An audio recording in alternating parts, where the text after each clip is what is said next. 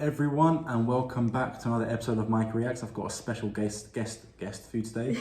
You've heard me talking about her a lot. This is my fiancé. Hi. Tasha. So as I've been on my journey, obviously we're both moving to the US next year. So as I've been on my journey to learn as much as I can about the United States possible, the cultural aspect, history and everything like that, Tasha's been on the same journey, but she had a lot of work to do at her day job, so she's finding it hard to keep up. So I thought I'd bring it onto the videos and we'll do a few videos per week and learn something new. So today we're going to be reacting to the Star Spangled Banner as you've never heard it before. Before we do that, don't forget that you can subscribe to this channel and like this video. Any comment that you put down below in the comment section helps us massively and grows this channel. And the more we grow, the more videos that we will do for you, and the more you can be entertained, or just sitting there scrolling and looking at my face and hearing my British accent. Try to forget that this war was between the British and the Americans, and just imagine me as an accentless human being, right? And if you look down in the description of this video, you'll find links to Patreon, Twitter and Instagram. They are more politically based. If you want to hear some political rhetoric, opinion on history and socio-economic talking points that are going on today in the United States, especially with upcoming elections, go there. There's 3 plans, $5, $10 and $20 per month. They all offer amazing content, just each one offers more than the next. Have a look for yourselves and decide. So let's go with the video. Awesome, let's do it. Let's learn something new. I love that picture. It is really nice. It's like a strong picture. Yeah, we should find a way to find that picture.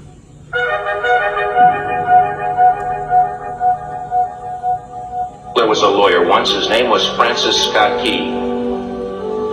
He penned a song that I'm sure you're aware of. You've seen it. It's in most hymnals throughout our churches. It's called the national anthem. It is our song as an American. We go, however, to a ball game. We stand in our church services and we sing the words of that song, and they float over our minds and our lips, and we don't even realize what we're singing. Most of us have memorized it as a child, but we've never really thought about what it means. Let me tell you a story. Francis Scott Key was a lawyer in Baltimore.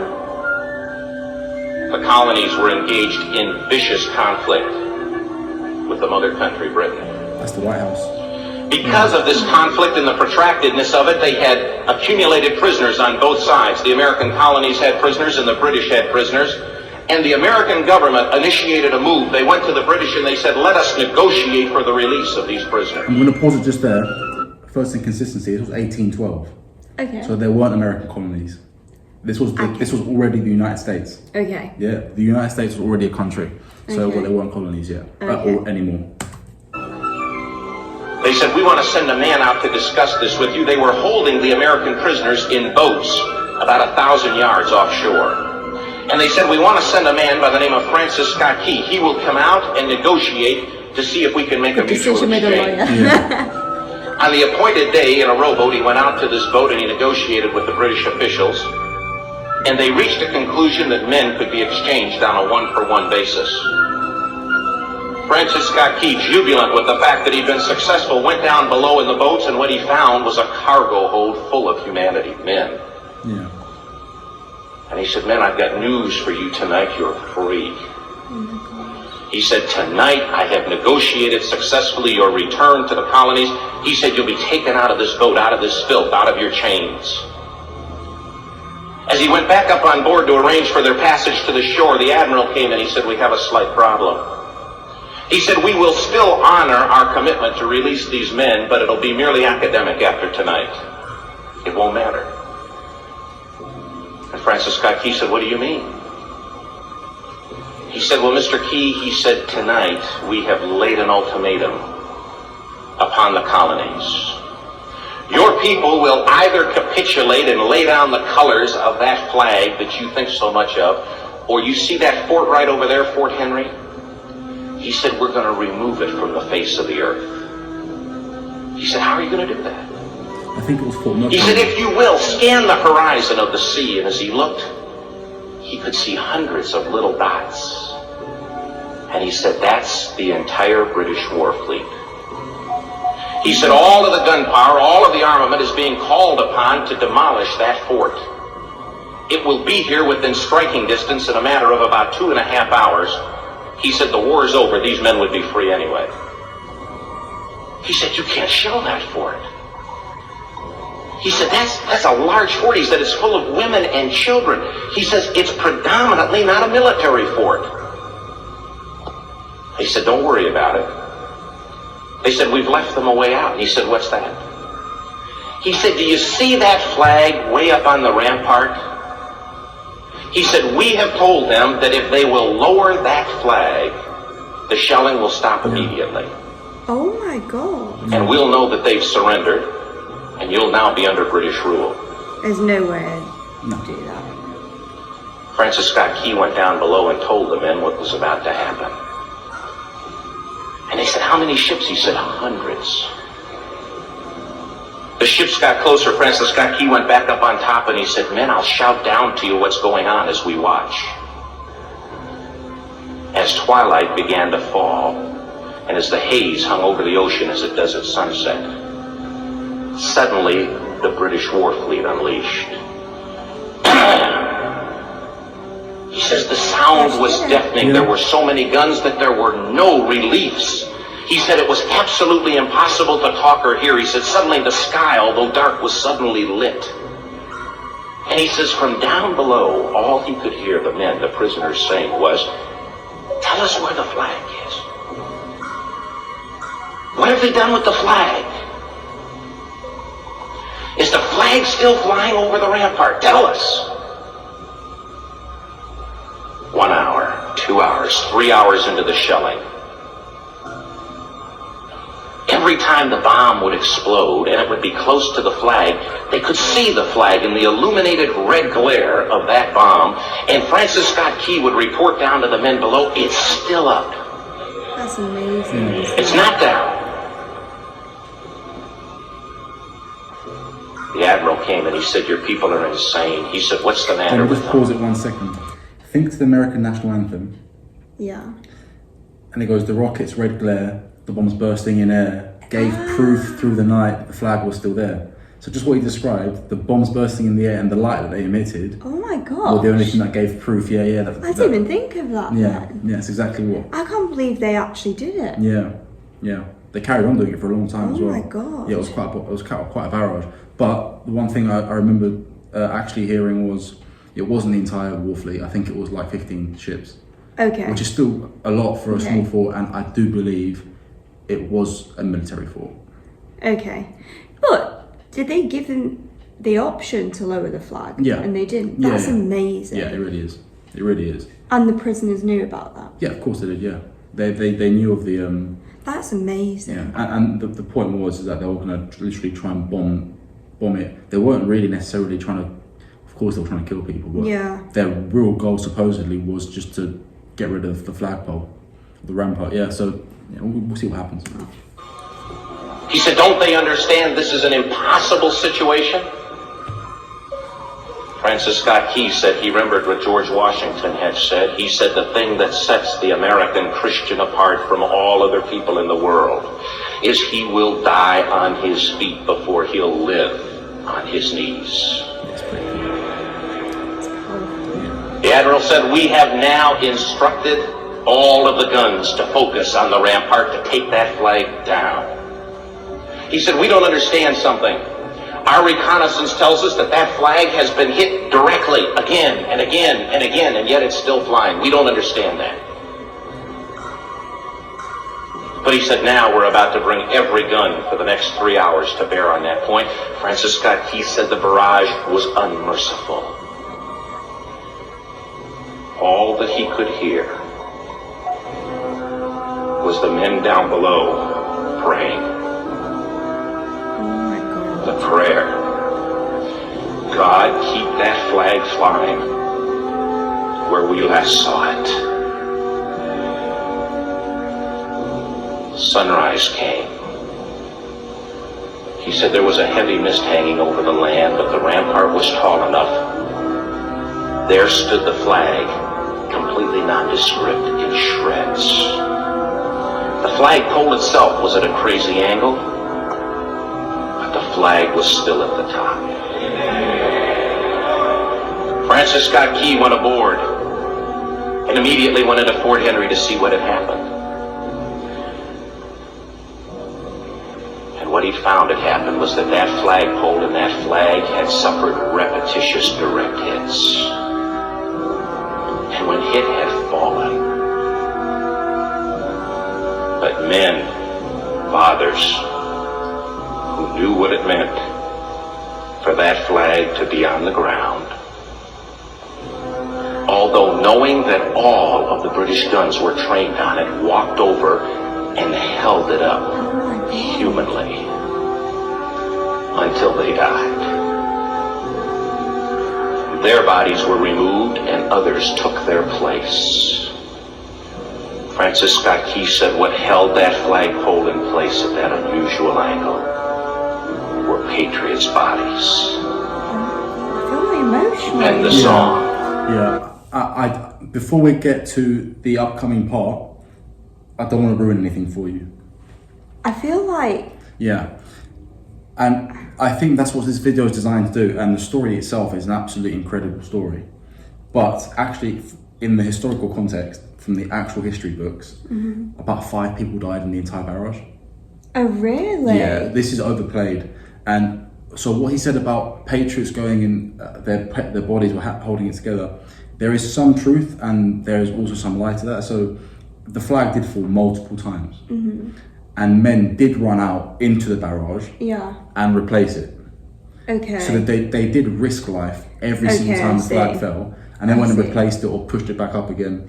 I feel like I've maybe seen a picture or like a painting or something similar to this, but I don't know if that was in relation to another war. Iwo Jima. Yeah, I think The US Marine Corps. Yeah. That was Powerful picture. Yeah. We'll show that picture on screen right now, the one that she's referring to.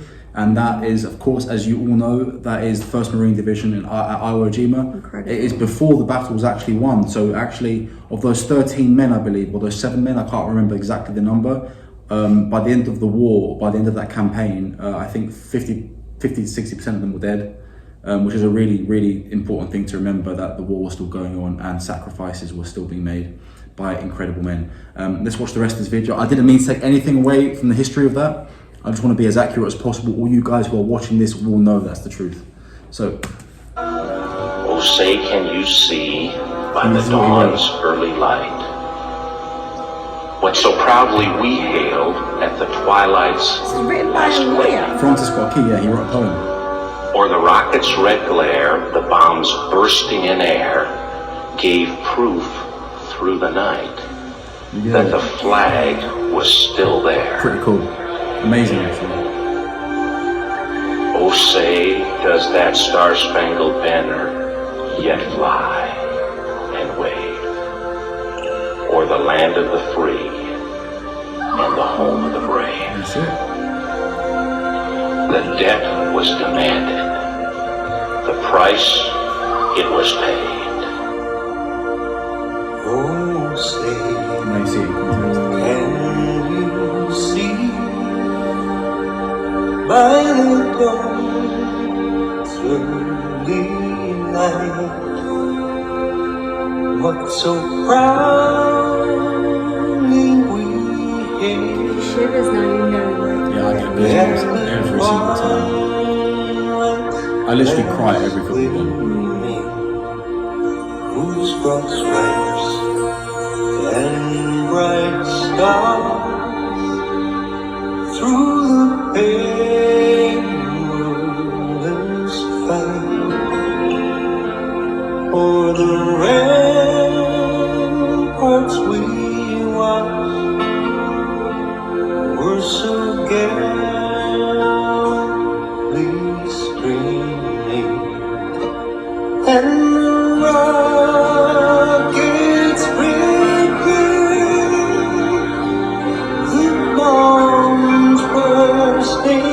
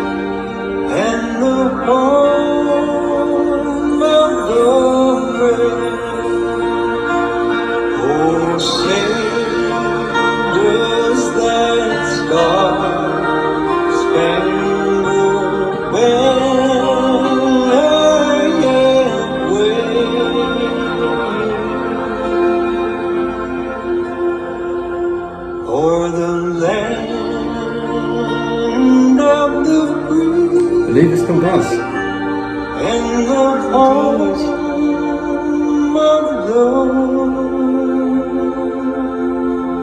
rain. Yeah. That's incredible. Isn't Pretty it? incredible story. Wow. I personally think it's incredible. I think because a lot of people misunderstand American patriotism and Yeah. they see it as arrogance, Oh, which obviously 100%, we don't. But Yeah. I think if they knew the story behind why, Yeah. I mean, can you imagine how Francis Scott Key would have felt when they play that anthem now at football Oh, games? I know. And you have a flyover of 13 or can't 15 imagine, F-16s just And also the whole country knowing that from beginning to end. Yeah. Is incredible. Oh, absolutely incredible. I think they should teach that in UK schools for history. I think it'd be quite valid because I think they teach a lot of useless stuff now as well in schools. I mean, you're a teacher, so you know that a lot of it isn't used. Oh, 100%. You know, even for me, I didn't learn this definitely when I learned history at school from what I know of, and it'd be interesting actually. I mean, I might ask some of the students tomorrow if they know the story behind it, but I think that's so important in terms of the history, and it just gives that national anthem a different meaning. It puts the whole USA into context, right? Yeah, I mean, from the outset anyway, when, you know, for example, we've been to a rodeo or to a football game, we see the power in it and we feel that ourselves, but actually I'm starting to understand the pride in it from that. 100%. And that's how I felt the first time I watched this video as well. It was absolutely incredible. So you learned a lot of new stuff. 100%. But yeah, I think it's so powerful. Yeah. That's what I've taken from that. I believe there's actually another, that is the US anthem that everyone knows, right? Yeah. I think there's another 4 or 5 verses to that. Okay. And there's some really, really powerful stuff. Yeah, there's like, so there's part of it that goes, and to conquer we must when our cause it is just. It's just like, it's really, really good. So I don't know if only that was written by Francis Scott Key and then the rest added on later. Yeah. Or if that was... I would love to know actually, is there a story about how it got from Francis Scott Key to it being the... That'd be interesting. We national might be able to Google that and actually have a conversation about that, because that'd be pretty cool to know.